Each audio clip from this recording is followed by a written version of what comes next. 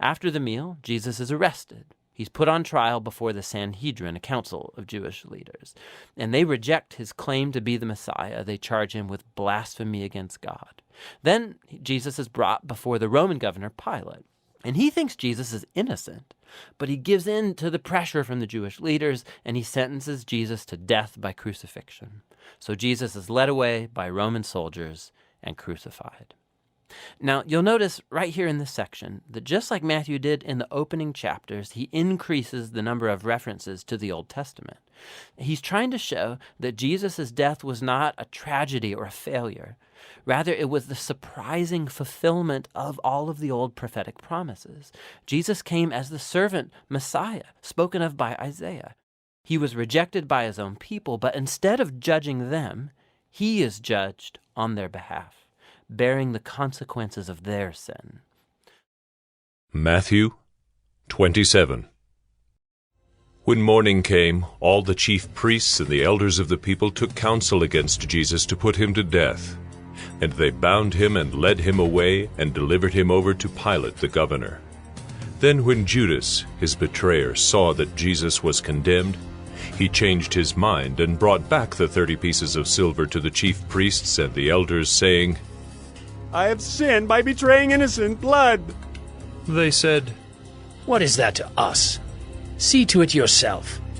And throwing down the pieces of silver into the temple, he departed, and he went and hanged himself. But the chief priests, taking the pieces of silver, said, It is not lawful to put them into the treasury, since it is blood money. So they took counsel and bought with them the potter's field, as a burial place for strangers. Therefore, that field has been called the field of blood to this day. Then was fulfilled what had been spoken by the prophet Jeremiah, saying, And they took the 30 pieces of silver, the price of him on whom a price had been set by some of the sons of Israel, and they gave them for the potter's field, as the Lord directed me. Now Jesus stood before the governor, and the governor asked him, Are you the king of the Jews? Jesus said, You have said so. But when he was accused by the chief priests and elders, he gave no answer. Then Pilate said to him, Do you not hear how many things they testify against you? But he gave him no answer, not even to a single charge, so that the governor was greatly amazed. Now at the feast the governor was accustomed to release for the crowd any one prisoner whom they wanted. And they had then a notorious prisoner called Barabbas. So when they had gathered, Pilate said to them, Whom do you want me to release for you, Barabbas, or Jesus, who is called Christ? For he knew that it was out of envy that they had delivered him up. Besides, while he was sitting on the judgment seat, his wife sent word to him, Have nothing to do with that righteous man, for I have suffered much because of him today in a dream. Now the chief priests and the elders persuaded the crowd to ask for Barabbas and destroy Jesus. The governor again said to them, Which of the two do you want me to release for you? And they said, Barabbas! Pilate said to them, Then what shall I do with Jesus, who is called Christ? They all said, Let him be crucified! And he said, Why? What evil has he done? But they shouted all the more, Let him be crucified! So when Pilate saw that he was gaining nothing, but rather that a riot was beginning, he took water and washed his hands before the crowd, saying, I am innocent of this man's blood. See to it yourselves. And all the people answered, His blood be on us and on our children!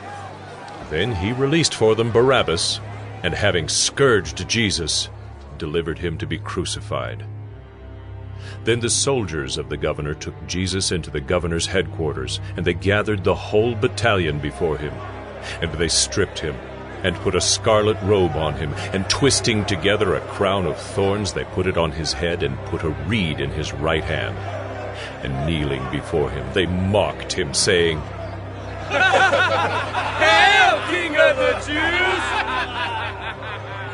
And they spit on him, and took the reed, and struck him on the head. And when they had mocked him, they stripped him of the robe, and put his own clothes on him, and led him away to crucify him. As they went out, they found a man of Cyrene, Simon by name. They compelled this man to carry his cross. And when they came to a place called Golgotha, which means place of a skull, they offered him wine to drink, mixed with gall. But when he tasted it, he would not drink it. And when they had crucified him, they divided his garments among them by casting lots. Then they sat down and kept watch over him there. And over his head they put the charge against him, which read, "This is Jesus, the King of the Jews." Then 2 robbers were crucified with him, one on the right and one on the left. And those who passed by derided him, wagging their heads and saying, "You who would destroy the temple and rebuild it in 3 days, save yourself. If you are the Son of God, come down from the cross." So also the chief priests with the scribes and elders mocked him, saying, He saved others. He cannot save himself. He is the King of Israel. Let him come down now from the cross, and we will believe in him. He trusts in God. Let God deliver him now if he desires him. For he said, I am the Son of God. And the robbers who were crucified with him also reviled him in the same way. Now from the 6th hour there was darkness over all the land until the 9th hour. And about the 9th hour Jesus cried out with a loud voice, saying, Eli, Eli, lama sabachthani. That is, My God, why have you forsaken me? and some of the bystanders, hearing it, said, This man is calling Elijah. And one of them at once ran and took a sponge, filled it with sour wine, and put it on a reed, and gave it to him to drink. But the others said, Wait, let us see whether Elijah will come to save him. And Jesus cried out again with a loud voice, and yielded up his spirit. And behold, the curtain of the temple was torn in two from top to bottom. And the earth shook, and the rocks were split. The tombs also were opened, and many bodies of the saints who had fallen asleep were raised. And coming out of the tombs after his resurrection, they went into the holy city and appeared to many. When the centurion and those who were with him, keeping watch over Jesus, saw the earthquake and what took place, they were filled with awe and said, Truly, this was the Son of God. There were also many women there, looking on from a distance, who had followed Jesus from Galilee, ministering to him, among whom were Mary Magdalene, and Mary the mother of James and Joseph, and the mother of the sons of Zebedee. When it was evening, there came a rich man from Arimathea named Joseph, who also was a disciple of Jesus. He went to Pilate and asked for the body of Jesus. Then Pilate ordered it to be given to him. And Joseph took the body and wrapped it in a clean linen shroud, and laid it in his own new tomb, which he had cut in the rock. And he rolled a great stone to the entrance of the tomb, and went away. Mary Magdalene and the other Mary were there, sitting opposite the tomb.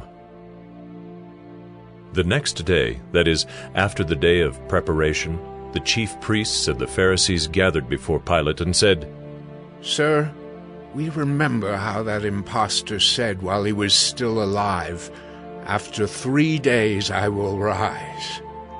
Therefore, order the tomb to be made secure until the 3rd day, lest his disciples go and steal him away and tell the people, He has risen from the dead.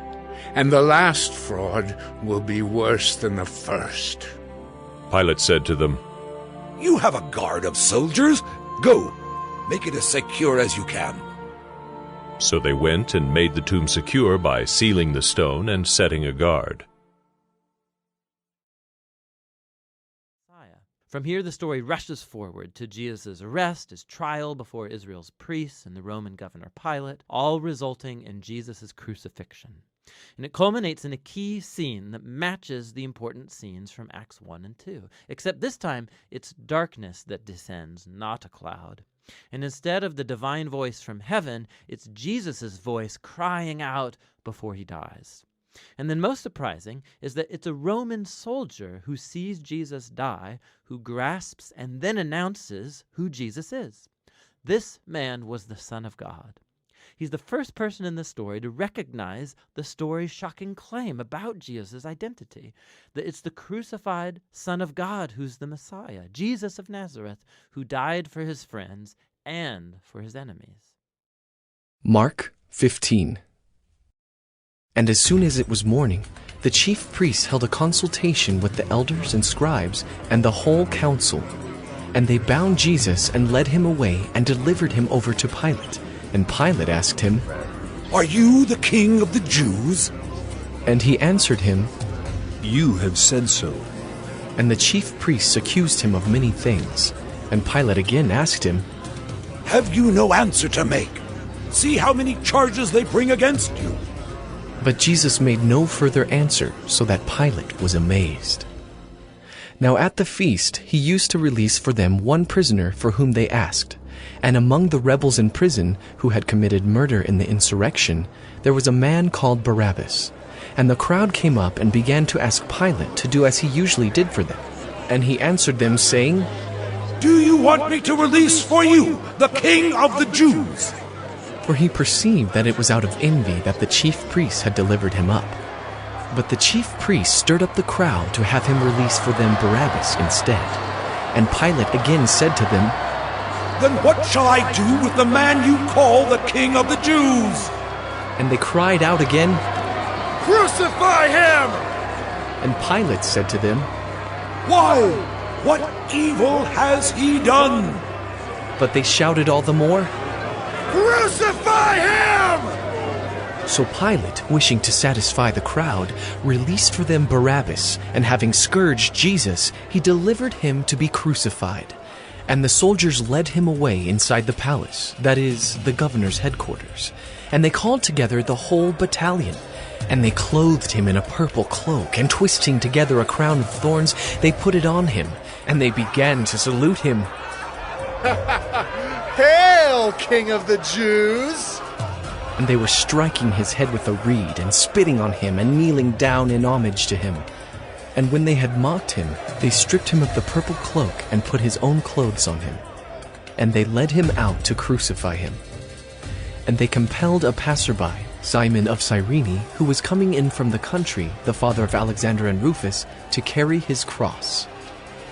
And they brought him to the place called Golgotha, which means place of a skull. And they offered him wine mixed with myrrh, but he did not take it. And they crucified him, and divided his garments among them, casting lots for them, to decide what each should take. And it was the 3rd hour when they crucified him. And the inscription of the charge against him read, "The King of the Jews." And with him they crucified 2 robbers, one on his right and one on his left. And those who passed by derided him, wagging their heads and saying, "Aha! You who would destroy the temple and rebuild it in 3 days, save yourself and come down from the cross!" So also the chief priests with the scribes mocked him to one another, saying, Well, he saved others. He cannot save himself. Let the Christ, the King of Israel, come down now from the cross, that we may see and believe. Those who were crucified with him also reviled him. And when the 6th hour had come, there was darkness over the whole land until the 9th hour. And at the 9th hour Jesus cried with a loud voice, "Eloi, Eloi, lama sabachthani," which means, My God,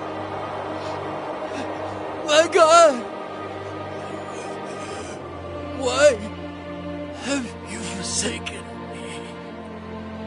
And some of the bystanders hearing it said, Behold, he is calling Elijah. And someone ran and filled a sponge with sour wine, put it on a reed and gave it to him to drink, saying, Wait, let us see whether Elijah will come to take him down. And Jesus uttered a loud cry and breathed his last. And the curtain of the temple was torn in two from top to bottom. And when the centurion who stood facing him saw that in this way he breathed his last, he said, Truly, this man was the Son of God. There were also women looking on from a distance, among whom were Mary Magdalene, and Mary the mother of James the younger and of Joses, and Salome. When he was in Galilee, they followed him and ministered to him, and there were also many other women who came up with him to Jerusalem. And when evening had come, since it was the day of preparation, that is, the day before the Sabbath, Joseph of Arimathea, a respected member of the council, who was also himself looking for the kingdom of God, took courage and went to Pilate and asked for the body of Jesus. Pilate was surprised to hear that he should have already died, and summoning the centurion, he asked him whether he was already dead. And when he learned from the centurion that he was dead, he granted the corpse to Joseph. And Joseph bought a linen shroud, and taking him down, wrapped him in the linen shroud and laid him in a tomb that had been cut out of the rock. And he rolled a stone against the entrance of the tomb. Mary Magdalene and Mary the mother of Joses saw where he was laid.